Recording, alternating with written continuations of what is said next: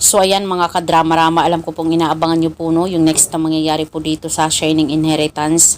At alam naman po natin mga kadrama na malalaman po talaga ni Lola Aurea na itong si Ina ay totoo niya po palang apo. Diba?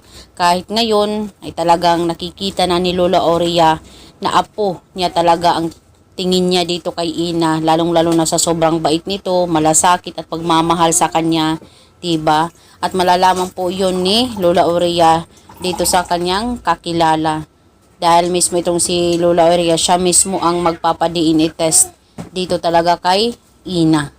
'Di ba? Kasi kung makikita mo talagang sobrang bait ni Ina Parang may kahawig pa nga, magkahawig pa nga yung mukha ni Ina at saka ni Lola Aurea Kaya nung time na malalaman talaga ni Lola Aurea to ay talagang sasabi niya, kaya pala ang bait ni Ina sa akin.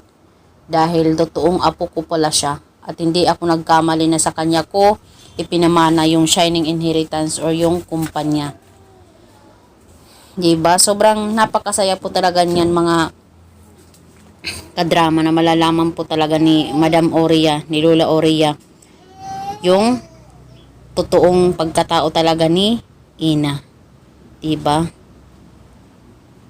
Sobrang nakaka-happy lang po dahil itong si Ina, possible na anak siya talaga ng anak ni Lola Aurea. Kaya naging apo niya itong totoo si Ina.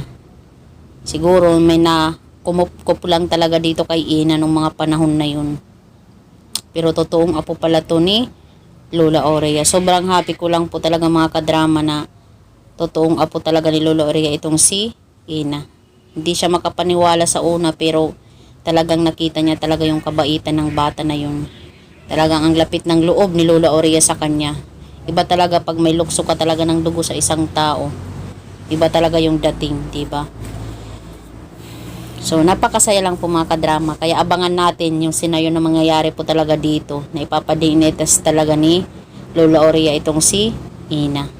Nakakahappy lang po talaga ng damdamin mga kadrama na malalaman po natin yung katotohanan at malalaman ni Lola Aurea yun.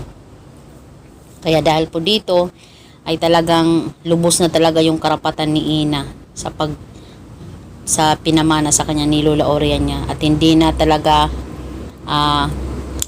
makikisaw-saw pa itong si Juana. Wala na siyang karapatan kung sa kanya man ipinamana ni Lola Aurea. So yun lang po mga kadrama, abangan na lang po natin yung next na mangyayari dito sa Abot Kamay na Pangarap.